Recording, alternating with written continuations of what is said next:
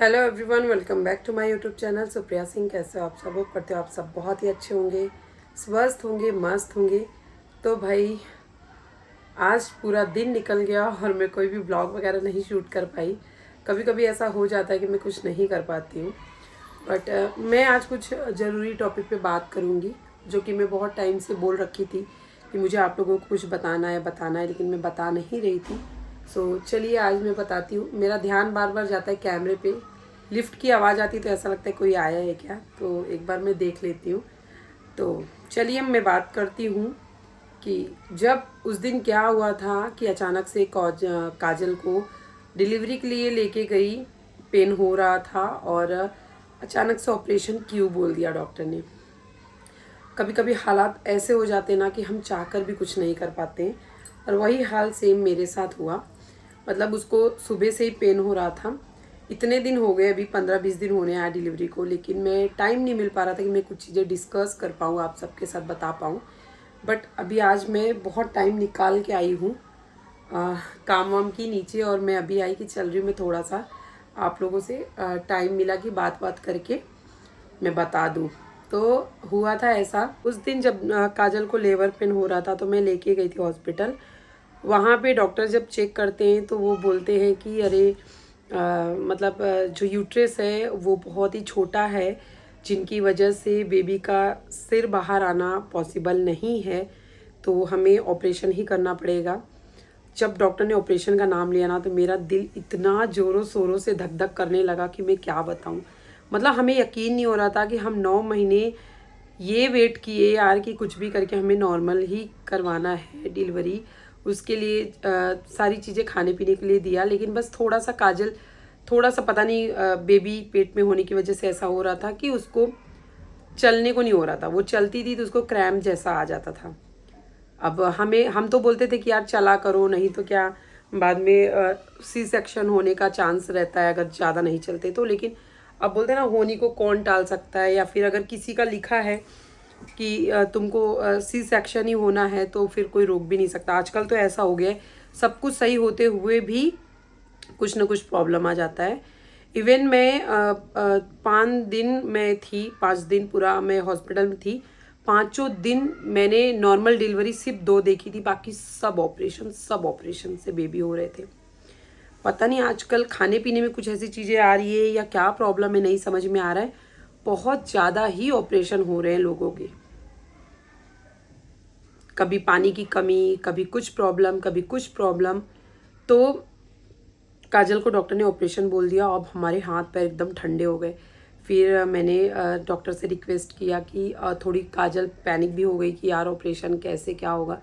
तो मैंने मम्मी से बात करा, मम्मी भी घबराने लगी और रोने लगी यार कि अब कैसे क्या होगा। तो फिर मैंने क्या किया, मैंने डॉक्टर को बोला, वो पेपर वगैरह सब रेडी कर रहे थे, लेकिन मैंने फिर बीच में रोका। मैंने बोला मैम हमें थोड़ा सा समय दो, 1-2 घंटे का, हम फिर उसके बाद बताते। फिर वो मैडम जो है, वो डॉक्टर, वो गुस्सा हो गई, बोली ऐसा थोड़ी होता है, बाद में पेन हो रहा है, आप लिख के दे दो, साइन करके दे दो कि आप अपने रिस्क पे लेके जा रहे हो, फिर कल को कुछ होगा बेबी को या माँ को, हमारी जिम्मेदारी नहीं। फिर डॉक्टर ने साइन भी करा लिया। साइन कराते वक्त भी डर लग रहा था क्योंकि काजल को लेबर पेन हो ही रहा था।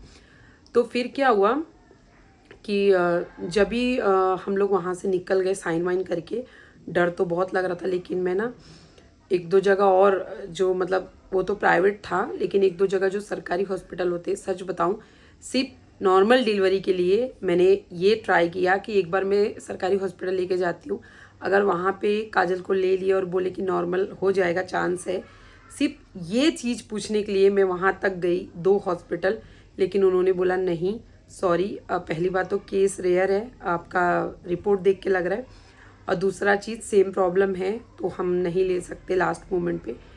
तो वहाँ से भी फिर हमने क्या करा, फिर हमें वापस आना पड़ा। फिर मैंने रिक्वेस्ट करी, मैंने बोला मैम आज ही कर दो डिलीवरी, क्योंकि बहुत दिक्कत हो रहा है। मतलब पेन उसका कंटिन्यू होए जा रहा था, और डॉक्टर चेक की तो बेबी भी बहुत ऊपर था, नीचे नहीं आया था। यूट्रस का मुंह भी बहुत छोटा था। तो बोले कि नॉर्मल चांस होने का तो बिल्कुल भी चांस नहीं है, और अगर हम कोशिश भी करते हैं, सुबह तक वेट करते हैं नॉर्मल होने का, लेकिन दर्द के मारे अगर बेबी अंदर पॉटी कर देता है, उसके मुंह में आ जाता है, या फिर सांस लेने में दिक्कत हो सकती है। बहुत सारे अगर ऐसे केसेस में हुआ है कि हम नॉर्मल के चक्कर में वेट करते लेकिन अगर कुछ भी इन केस अंदर अगर पेट में बेबी को कुछ भी होता है तो आप पूरी तरह से साइन करके दो कि वो पूरी जिम्मेदारी आपकी होगी। मान लो मेरे जैसे ना पैर के नीचे ज़मीन खिसक गई हो, बिल्कुल भी ऑप्शन ही नहीं बचा था कि मैं ना बोलूँ कि मुझे ऑपरेशन नहीं कराने हैं। फिर हमने बेबी और माँ दोनों को सेफ्टी, मतलब माँ के लिए भी खतरा बताया था। उन्होंने बोला कभी कभी होता है कि दर्द में अगर ज़्यादा वो सह रही है दर्द, और कभी कभी डिलीवरी के टाइम पैनिक होके अटैक जैसा भी हो जाता है, ब्लीडिंग ज़्यादा फ्लो में होता है, तो बहुत सारी ऐसी कॉम्प्लिकेटेड चीज़ें हो जाती हैं, तो आप बिल्कुल भी रिस्क ना लो। तो मैंने बहुत कुछ सोचा, फिर मैंने अपने आप को समझाया, मम्मी लोग को समझाया कि जाने दो, जो अपने भाग्य में है जैसा भी है हम संभाल लेंगे, देख लेंगे। तो सब कुछ सोचते हुए फिर भगवान का नाम लेके फिर पेपर पे साइन किया, ऑपरेशन के लिए भेजा। और बाकी तो आपने वीडियो में देखा ही था, काजल भी रो रही थी, उसको भी बहुत ये लग रहा था यार कि ऑपरेशन हो रहा है ऐसा वैसा, लेकिन कर भी क्या सकते गाइस। तो जैसे तैसे फिर ऑपरेशन हुआ एंड फिर डॉक्टर ने बोला हस्बैंड का है, मैंने बोला वो तो बेंगलोर है। तो बोले कौन है रिलेटिव्स, आप लोग आ जाओ। मैं डर गई, मुझे लगा क्या हो गया जो डॉक्टर ऐसे बुला रहे। फिर बेबी का अंदर से आवाज़ रोने की आती, तब मुझे खुशी हुई कि चलो बेबी हो गया। फिर दिखाया जब डॉक्टर ने, तो हम लोग यकीन नहीं मानोगे, मैं वो पल रिकॉर्ड नहीं कर पाई, क्योंकि उस वक्त ना नहीं समझ में आता है। एक तो मैं अकेली थी और मेरे हस्बैंड थे, शिवम था, लेकिन किसी का ना सब घबराए हुए थे, रिकॉर्ड नहीं कर पाए। हम लोग बाहर ही ऑपरेशन थिएटर के वेट कर रहे थे। जैसे बेबी को देखा ना सब रोने लग गए कि यार सेम डेट मेरे पापा का भी 13 तारीख, मतलब गए थे मेरे पापा 13 तारीख को, लेकिन भगवान रिटर्न दे दिया उनको मेरे भतीजे के रूप में 13 तारीख को। और जब देखा कि लड़का है ना, इतनी खुशी हुई। ये तुरंत मेरे दिमाग में आया यार भोले बाबा ने मेरे पापा को रिटर्न दे दिया मेरे भतीजे के रूप में। और फिर मैंने क्या करा, सबको फ़ोन करके बोली कि मेरे पापा रिटर्न आ गए, मेरे पापा रिटर्न आ गए। और जस्ट 12 बजने में 10 मिनट बाकी था और बाबू हो गया। और फिर 1-2 दिन बाद बाबू के पंडित जी से पूछा गया, पता कराया, तो पंडित जी ने बताया कि बच्चा मूर में पैदा हुआ है। मतलब मूर का छुआता है, आप लोग अगर जानते होंगे तो मूर जो मूर में पैदा होते हैं, लेकिन शुभ मूर है, लेकिन मूर में लग चुका है तो उसका पूजा कराना पड़ेगा। फिर ले जो डर गए हम लोग ना, क्या बताए। फिर कर ही क्या सकते थे, डर तो गए ही थे।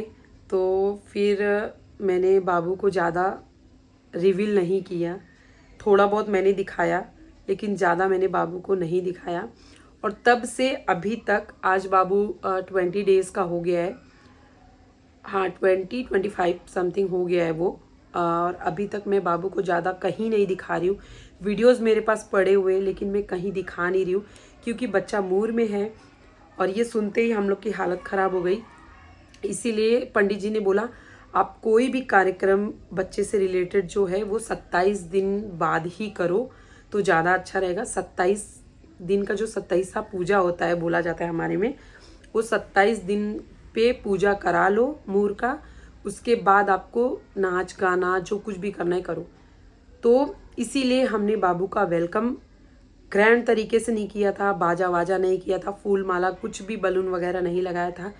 क्योंकि देखो घर की जब मतलब बोलते हैं ना, घर में अगर एक तो मम्मी की तबीयत थोड़ी ठीक नहीं थी, ये बात तो अलग है, ठीक है, मम्मी तो चलो आए दिन कुछ ना कुछ होता रहता है, मम्मी का भी क्या ही बोल सकते हैं।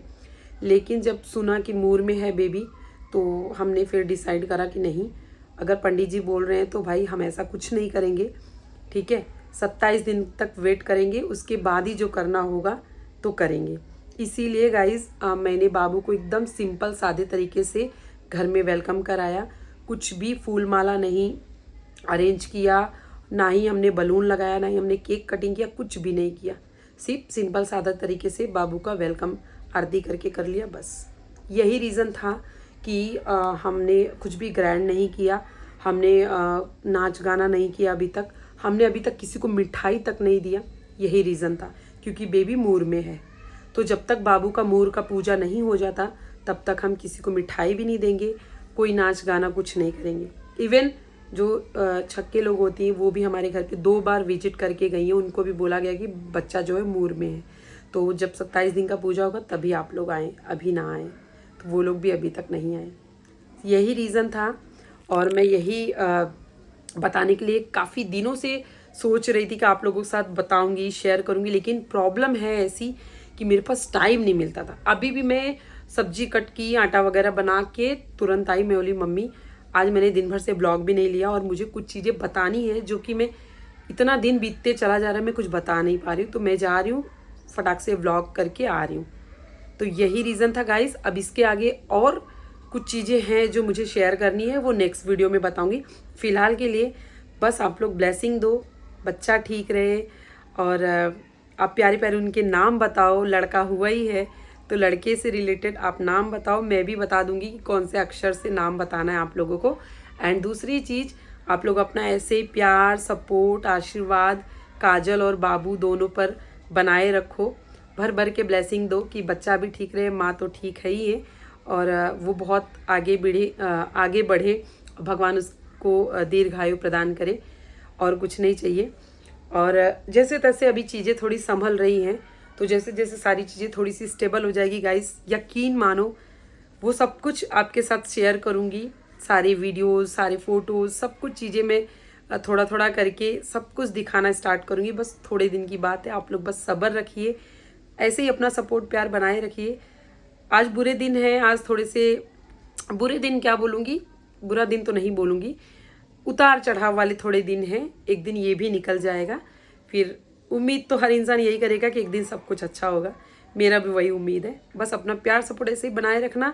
मुझे बहुत हिम्मत मिलती है आप लोगों की कमेंट करने से, प्यारे प्यारे कमेंट करने से, सपोर्ट करने से। बस और मुझे कुछ नहीं चाहिए, बस आप लोग का प्यार चाहिए। मैं वो सब कुछ हासिल कर लूँगी, देख लेना आप लोग।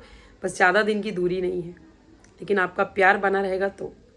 सो ये व्लॉग यहीं पे एंड करती हूँ। कुछ भी सवाल रहे तो आप मुझे इस व्लॉग में कमेंट करके पूछ सकते हो। मैं सबके सवालों के जवाब कमेंट के जरिए दूंगी। आपसे कोशिश करूंगी कि आपके कमेंट के भी रिप्लाई मैं दूं, क्योंकि मैं इतनी बिजी रहती हूँ गाइस कि आप लोगों के कमेंट को इग्नोर करना पड़ता है, मैं रिप्लाई नहीं दे पाती हूँ। उसके लिए मैं माफ़ी चाहती हूँ, लेकिन बस अब कोशिश है मेरा और मैं क्या ही बोलूँ। तो चलिए मिलते हैं नेक्स्ट व्लॉग में। अपना खूब सारा प्यार देना, आशीर्वाद देना। Bye bye, take care.